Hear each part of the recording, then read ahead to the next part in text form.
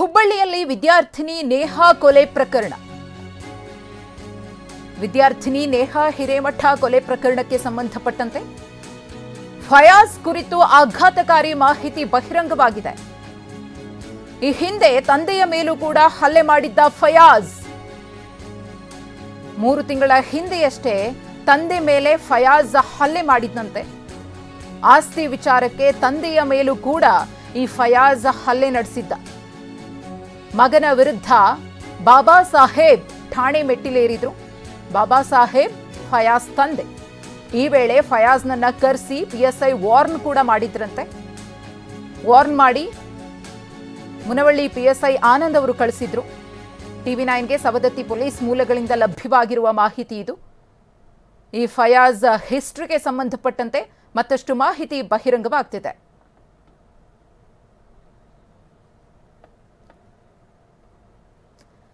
ಇನ್ನು ಮುನವಳ್ಳಿ ಪಿಎಸ್ಐ ಆನಂದ್ ಅವರು ದೃಶ್ಯಾವಳಿಯಲ್ಲಿ ಗಮನಿಸ್ತಾ ಇದ್ದೀರಿ. ಇವರೇ ಫಯಾಜ್ಗೆ ವಾರ್ನ್ ಮಾಡಿ ಕಳಿಸಿದ್ರಂತೆ. ಈ ಹಿಂದೆ ತಂದೆಯ ಮೇಲೂ ಕೂಡ ಈತ ಹಲ್ಲೆ ಮಾಡೋದಕ್ಕೆ ಮುಂದಾಗಿದ್ದಂತೆ. ಆ ಸಂದರ್ಭದಲ್ಲಿ ಫಯಾಜ್ ತಂದೆ ಬಾಬಾ ಸಾಹೇಬ್ ಅವರು ಠಾಣೆ ಮೆಟ್ಟಿಲೇರಿದ್ರು. ಆಸ್ತಿ ವಿಚಾರಕ್ಕೆ ತಂದೆಯ ಮೇಲೆ ಈತ ಮುಗಿಬಿದ್ದಿದ್ದ ಅನ್ನೋ ಸ್ಫೋಟಕ ಮಾಹಿತಿ ಇದೀಗ ಬಹಿರಂಗವಾಗಿದೆ. ಆತನಿಗೆ ಬುದ್ಧಿವಾದ ಹೇಳಿ ಮುಂದೆ ಈ ರೀತಿ ಮಾಡಬಾರದು ಅಂತ ಹೇಳಿ ವಾರ್ನಿಂಗ್ ಅನ್ನ ಕೊಟ್ಟಿದ್ರಂತೆ ಆನಂದ್. ಈ ಕುರಿತು ಮತ್ತಷ್ಟು ಮಾಹಿತಿಯನ್ನ ಕೊಡ್ತಾರೆ ನಮ್ಮ ಪ್ರತಿನಿಧಿ ಸಹದೇವ್. ಫಯಾಜ್ನ ಹಿಸ್ಟ್ರಿ ಇದೀಗ ಬಯಲಾಗ್ತಾ ಇದೆ. ನೇಹಾ ಹತ್ಯೆ ಪ್ರಕರಣ ಅಲ್ಲ, ಈ ಹಿಂದೆ ತನ್ನ ಸ್ವಂತ ತಂದೆಯ ಮೇಲೆ ಈತ ಹಲ್ಲೆಗೆ ಮುಂದಾಗಿದ್ದ ಅನ್ನೋದು.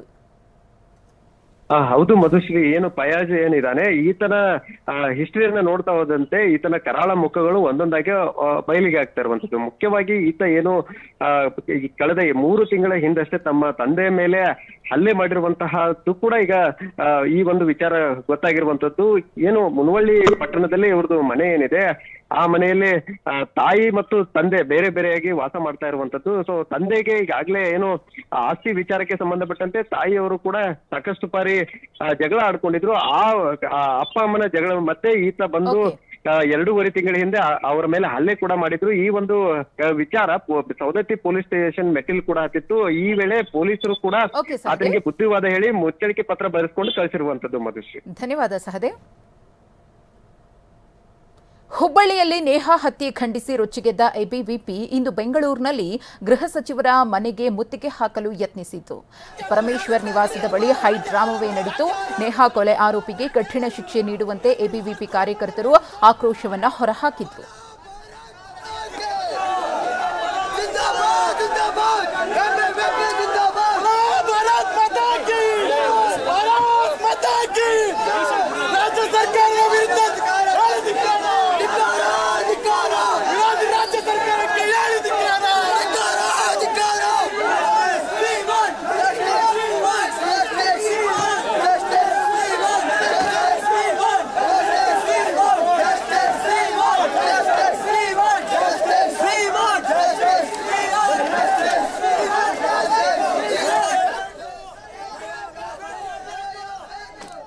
ಇನ್ನು ರಾಜ್ಯದ ಅನೇಕ ಜಿಲ್ಲೆಗಳಲ್ಲಿ ವಿದ್ಯಾರ್ಥಿನಿ ನೇಹಾ ಹತ್ಯೆ ಖಂಡಿಸಿ ಪ್ರೊಟೆಸ್ಟ್ ನಡೀತಾ ಇದೆ.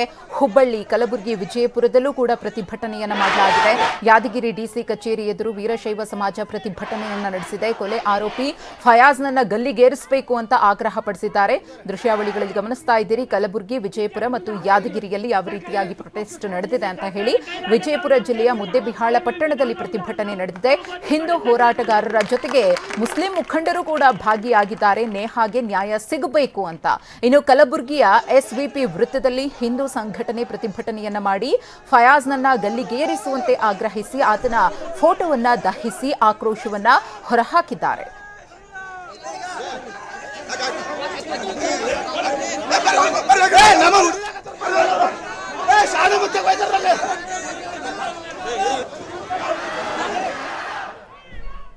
ನೇಹಾ ಹತ್ಯೆಗೆ ಫಯಾಜ್ ಹುಟ್ಟೂರಿನಲ್ಲೂ ಕೂಡ ಆಕ್ರೋಶ ವ್ಯಕ್ತವಾಗ್ತಿದೆ.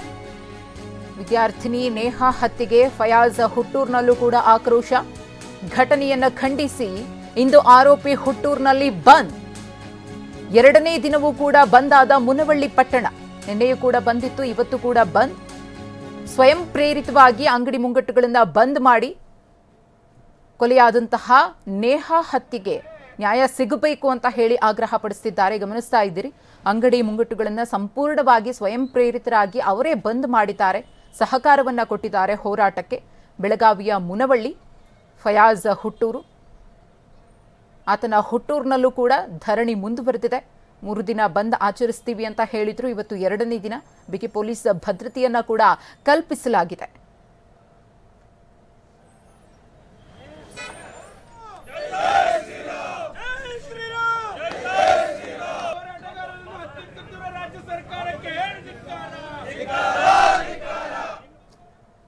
ಮುನವಳ್ಳಿ ಪಟ್ಟಣ ಬಂದ್ ಆಗಿದೆ. ಯಾರೂ ಕೂಡ ಬಲವಂತವಾಗಿ ಅಲ್ಲಿ ಅಂಗಡಿ ಮುಂಗಟ್ಟುಗಳನ್ನ ಮುಚ್ಚಿಸಿಲ್ಲ. ಸ್ವಯಂ ಪ್ರೇರಿತರಾಗಿ ಎಲ್ಲರೂ ಕೂಡ ಅಂಗಡಿ ಮುಂಗಟ್ಟುಗಳನ್ನ ಬಂದ್ ಮಾಡಿ ಪ್ರತಿಭಟನೆಯಲ್ಲಿ ಭಾಗಿಯಾಗಿದ್ದಾರೆ. ನೇಹಾ ಕೊಲೆ ಖಂಡಿಸಿ ಪ್ರತಿಭಟನೆ ನಡೀತಾ ಇದೆ. ನೇಹಾ ಕೊಲೆ ಪ್ರಕರಣವನ್ನ ಬಿಜೆಪಿ ರಾಜಕೀಯಕ್ಕೆ ಬಳಸಿಕೊಳ್ಳುತ್ತಿದೆ ಅಂತ ಸಿಎಂ ಸಿದ್ದರಾಮಯ್ಯ ಕಿಡಿಕಾರಿದ್ರು.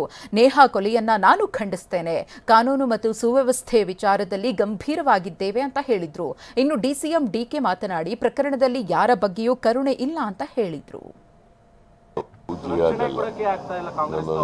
ಲವ್ ಜಿಹಾದ್ ನಾನು ನೇಹಾ ಮರ್ಡರನ್ನ ತೀವ್ರವಾಗಿ ಖಂಡಿಸ್ತೀನಿ.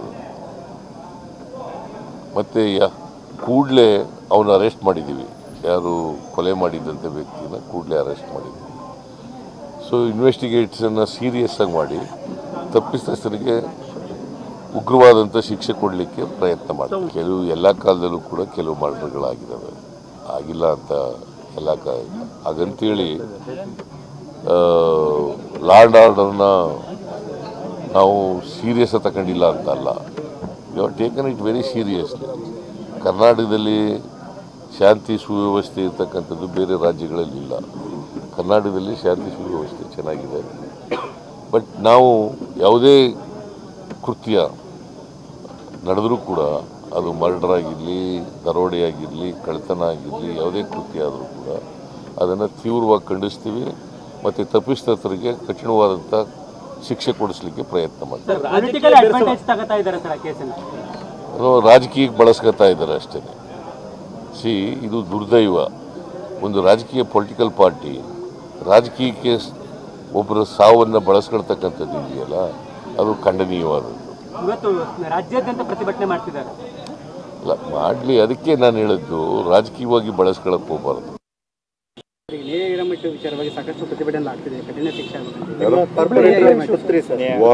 ಎಲ್ಲ ಕಾನೂನು ಪ್ರಕಾರ ಒಳಗಾಗ್ತಾರೆ. ಫಸ್ಟು ಎಲ್ಲ ಆ್ಯಕ್ಷನ್ ತಗೋತಾರೆ. Nothing doing. ನಮ್ಮ ಮಂತ್ರಿಗಳು ಅಲ್ಲಿಗೆ ಹೋಗಿ ವಿಸಿಟ್ ಮಾಡೋಕ್ಕೆ ಹೇಳಿದ್ದೀವಿ ನಾವು.